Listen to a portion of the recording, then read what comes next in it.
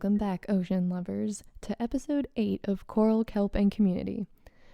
This time we're talking with Pat from 12 Tides and celebrating their kelp chips going national. So, first total confession, I'm super excited to be talking to someone who actually works with kelp and kelp farming. Um, I'm a total nerd about it. I just got a big paper published about restorative ocean farming, and I had this huge section devoted to kelp and the nutritional value and the environmental benefits and all the potential jobs that we could create from it and yeah. So this podcast is semi an excuse for me to fangirl over amazing work that people are doing. All right. Well, origin story of 12 Tides. So before 12 Tides, I spent a number of years in big seafood, worked on all sorts of large-scale commercial fishing and aquaculture operations around the world, everything from factory trawlers in Alaska to net pen fish farms, Mexico, shrimp farms in Indonesia. I saw a lot of the dark sides of the world of global seafood. We import about 90% of our seafood in the United States. Most of it goes through long and opaque supply chains that don't incentivize best practices ecologically at the primary producer level. So the more you crack the hood open, for the most part, the uglier it gets. And I wasn't incredibly inspired by that. So, I wanted to try to contribute to something that could change the relationship between our food system and the oceans for the better. And from all my time in seafood, I met some people who were growing kelp on these sort of regenerative ocean farms. And I thought the idea that we can grow nutrient dense food with zero inputs and have a net positive impact on surrounding marine ecosystems was very compelling and should be a much bigger part of the food system. I think one of the limiting factors that I sort of saw was just the lack of, um, high value end markets and, frankly, good products that were out there that were using kelp as a primary ingredient. To keeping kelp from becoming that much bigger part of the food system. So that is why we launched 12 Tides. We buy kelp directly from the farmers. We do all the processing and our own product manufacturing ourselves. And we created these really awesome chips as our first product that feature kelp as the number one ingredient to help introduce people to the idea of eating kelp for the first time and facilitate that change from um, on the supply side from other forms of seafood, and on the demand side from things like corn, wheat, rice, and potato, to a nutrient dense and ultra sustainable alternative. The ecological benefits of kelp are really remarkable. Um, I could rant about them for quite some time, but do you want to share what got you particularly excited about kelp?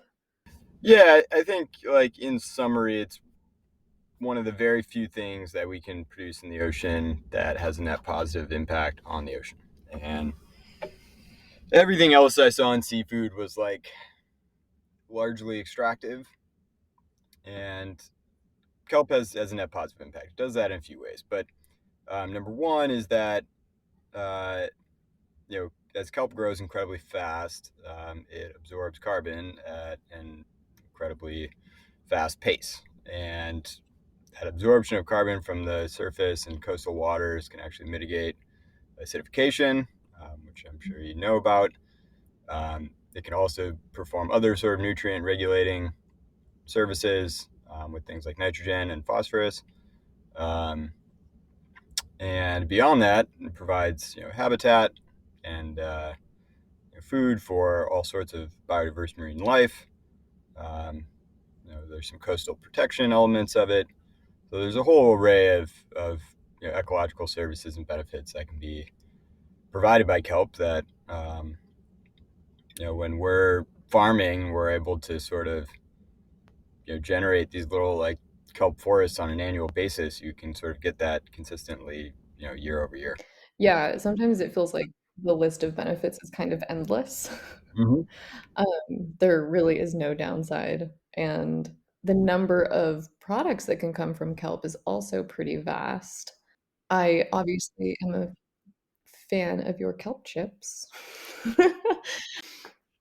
And I also noticed that your packaging is plastic free, correct? Yeah, that was a hard thing to reconcile for us from the early days because we wanted to be an ocean positive brand, but uh, having traditional petroleum based single use plastic was not forward to that mission. So we went on a long journey to find a bio based compostable packaging alternative. We made our own laminate, with partnership with a material supplier over in Japan. It's this wood pulp based laminate, and that's what we use in our snacks today. So it's better than plastic in that you eliminate sort of the dependency on petroleum on the front end. And on the back end, there's probably a marginal improvement because the reality of the composting infrastructure in the US is that almost nobody has access to it or does it. So, but, I think my perspective on that is like, we know what doesn't work for the planet for sure, and that is single use petroleum based plastic. And so, like, we got to try something else.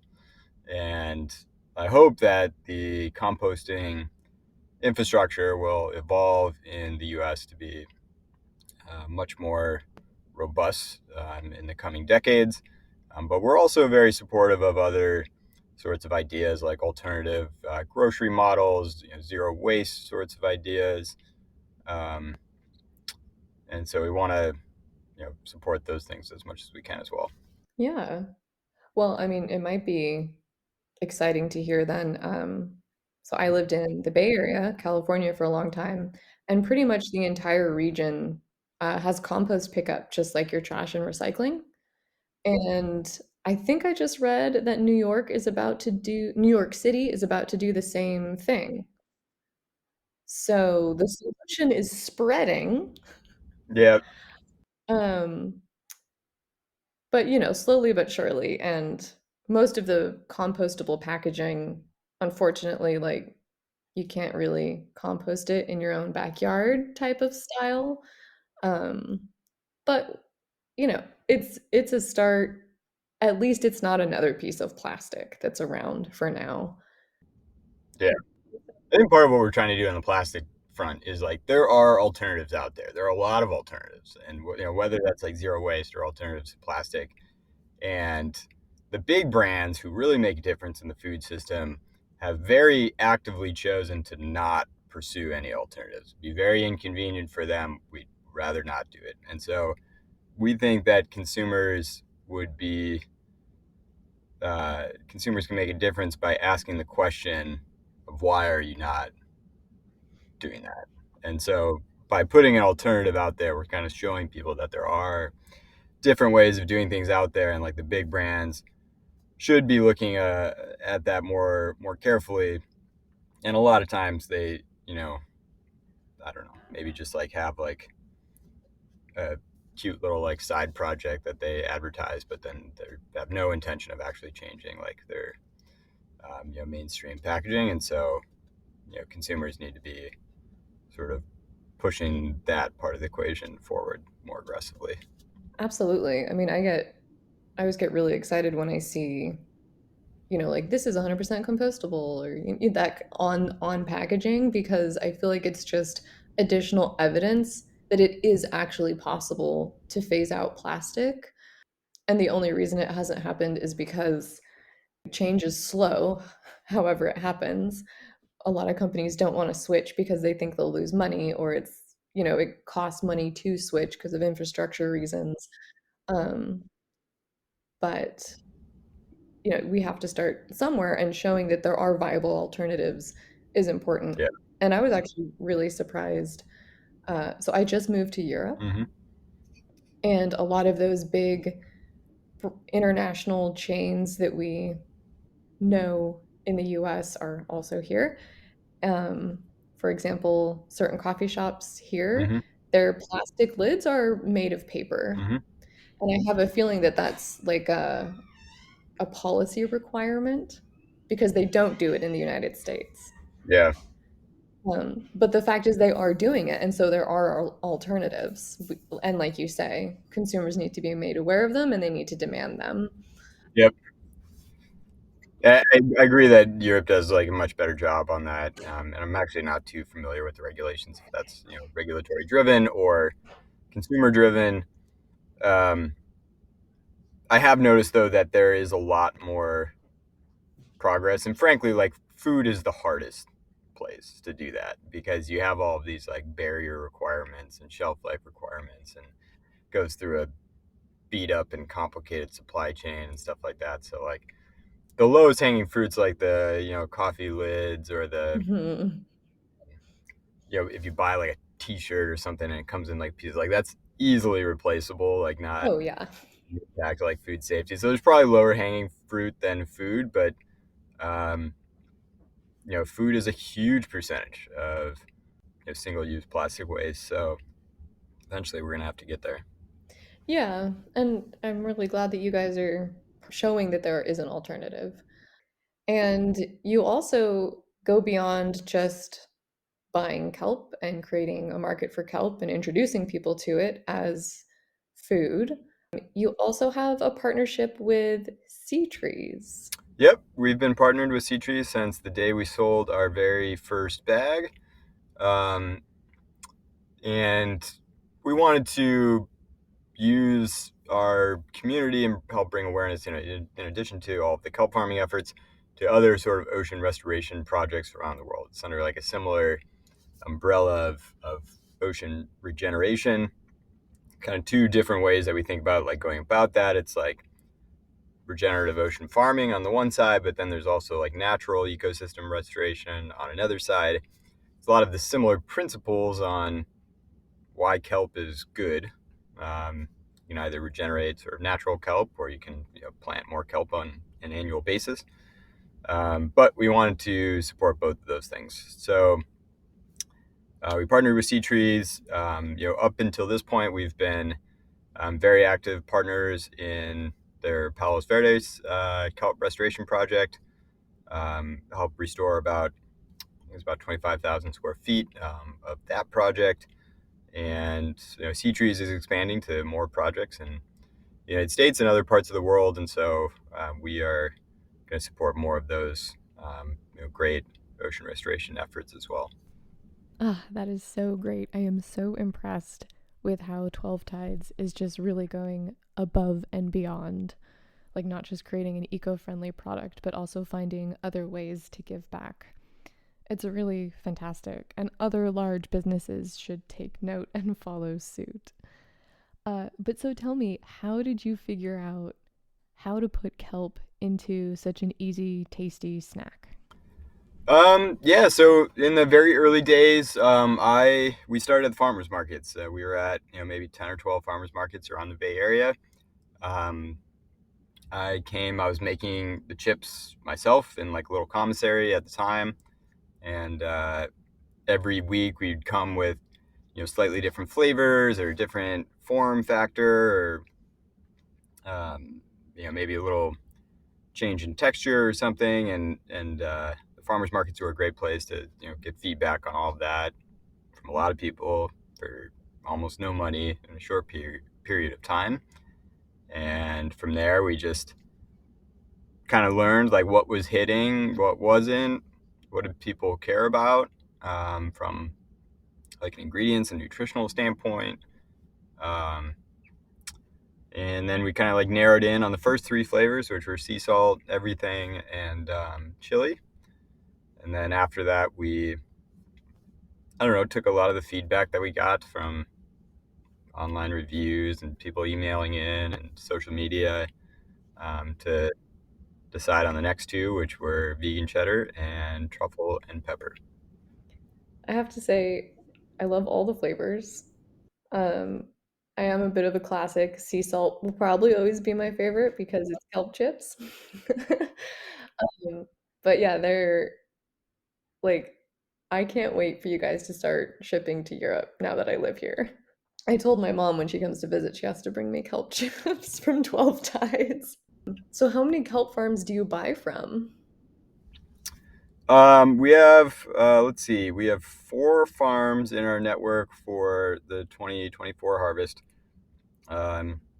We tend to buy from, I don't say like the larger farms, but like there's not really anything that's like a big kelp farm right now, but sort of like more like full-time farmers, where we can buy pretty good quantities from. There are a lot of maybe like part-time farmers or you know lobster fishermen that are doing it sort of in the off season, and it's because we do buy direct from the farmers. It's hard for us to buy from tons and tons of kelp farmers and maintain the quality across a massive network. So when I say like the larger kelp farms, these are people that are kind of full-time dedicated to kelp farming, but it's still probably like a 2-person company. I think that buying direct is really important, not just for the quality of the product, but because who farms really matters. You know, Mm-hmm. like eventually, if large corporations want to do these massive offshore kelp farms, like, yes, there will still be the benefits of carbon sequestration and, reducing ocean acidification and I guess temporary habitat, but not the same as if it were on the coast, where it normally grows. Um, but, the jobs wouldn't quite be there in the same way if it was just some big old thing where a big boat goes through every now and then. Um, so, there's the quality and just like supporting your local people, which I think is really fantastic. It's a big like economic opportunity for um, a lot of communities that have been maybe historically reliant on increasingly volatile fishery populations. You know, people a lot of times I think sort of paint sort of a downward trend of fisheries in the United States, and the health of fisheries in the United States, which is like maybe true, but I think what's even more important is that it's and driven by climate change is increasingly volatile. And so if you're a participant in a given fishery and you see biomass and the allowable catch like dip by like half, or maybe your fishery gets completely closed for an entire year, which has happened a couple times over the past couple of years. Like that's pretty devastating. So I think having sort of an alternative that um, leverages a lot of the existing infrastructure, existing skill sets, um, can help provide, I guess, a much more sort of consistent and sustainable stream of income there. Totally. Something that I wrote about in my paper was you don't have to necessarily stop fishing, but if you're growing kelp, it's a much more consistent form of income that can be reliable, and you're providing habitat for the juvenile fish that you eventually want to catch one day. Yeah, yeah, It's a very mutually beneficial relationship.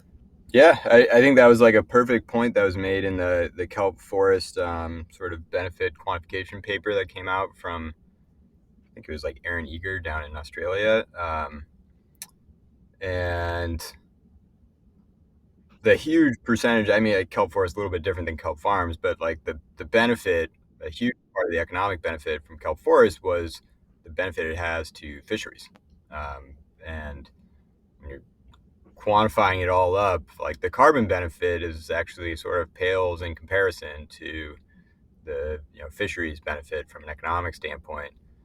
Um, so yeah, I mean, efforts to keep ecosystems healthy. Yeah, it's easy to forget how much we depend on a healthy ecosystem for everything. Yeah.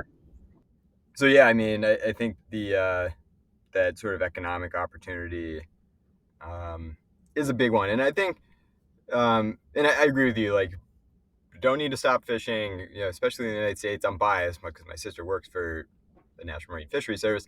I think fisheries in the United States are like pretty well managed and pretty sustainably managed, um, but they're not increasing, on an aggregate level, and so and we're not discovering any new fisheries. The time for that is over. So, um, I think from like a new economic opportunity standpoint, there's not a lot that's sort of to be had in the world of fisheries.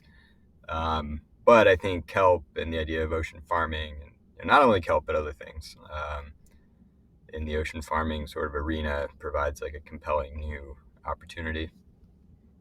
Yeah, I think it's really exciting because it definitely is a way to unite human activity with habitat so that both flourish, which is, basically required for anything to be sustainable. Um, One question I had was how can people get involved and what is the Kelp crew? Oh crap! I don't even know what the kelp crew is. That I think that's an Emmy creation. So I am not involved in like She social. abandoned you. She was here earlier. Yeah, you should have stayed on. Is tell everybody what that is. Um, so believe it or not, so I came from a background in seafood when I started 12 Tides, and so seafood is not known for sort of its branding and marketing and social media prowess. Seafood industry in aggregate, Fair. and so I knew I was going to need people who really know what they're doing there, and so Emmy and my co-founder Lindsay were definitely those people.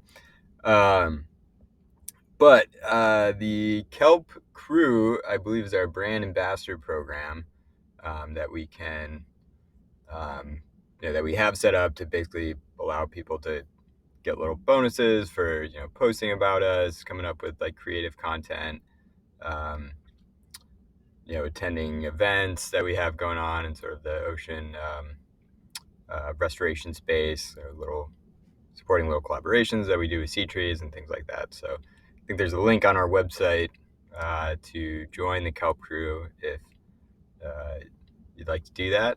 So, Mhm. or you can just reach out to us directly. I will put that link in the show notes. Yeah, the Kelp crew sounds like a fun time. I met one of your snack slingers in a grocery store. Yeah, slingers are a different thing. So yeah, we are expanding nationwide in like October, and so we are looking for a lot more kelp slingers. So if you're interested in being a kelp slinger, basically like a field marketing um, ambassador, you can definitely reach out to us on our website. Going to be hiring a lot more kelp slingers across the country. Yay! Well, congratulations on expanding to be nationwide. That's very exciting. I mean, I guess that's actually a pretty big endeavor that you have coming up. So maybe you don't have plans for other snacks or different products yet, or there's still stuff in the works behind the scenes. There's definitely stuff in the works. There's new flavors that we're working on. There's new packaging formats too that we're working on. So, we have the 2 ounce one right now, but um, it's kind of it's not really a single serve. So some people make it a single serve, which can't support or refute that. But He's looking at uh, me, everyone. I make a bag single serve. yeah. Uh, so yeah, single serve would allow us to sell into things like the airports, food service, like cafes and Mm. stuff like that. And so that was a new opportunity for us. Um, Bigger size bags too. We've gotten a lot of demand for. So especially from like people who want to cut down on the packaging. So that's another opportunity. Yeah, bring on the family size pack. And lastly would be new flavors. We're working sort of on a sweet flavor, maybe sort of limited edition. And then there's a lot more things that we can do with kelp. And I think new products that we have in development or in the ideation stage, and we'll hope to launch those within the next year or two. But in the near term, we're kind of only touching the very tip of the iceberg with our first product, and so sort of the core mission will be to grow our distribution there first, and I guess grow our farmer network to support all of that Those sound like excellent plans moving forward. And congratulations again on going national. Everybody, keep an eye out for 12 Tides Kelp chips coming soon to a store near you. I want to thank you so much for coming on this show. Yeah, thank you for having me. Yeah, it was an absolute pleasure to feature a business that's eco-centric. And yeah, we'll talk again soon. Sounds good. Yeah, thanks again. And a big thanks to our listeners for joining us today. If you want to get involved with 12 Tides, check out our links for show notes, follow both of us on Instagram, and subscribe to this podcast so you never miss a wave. Catch you next time.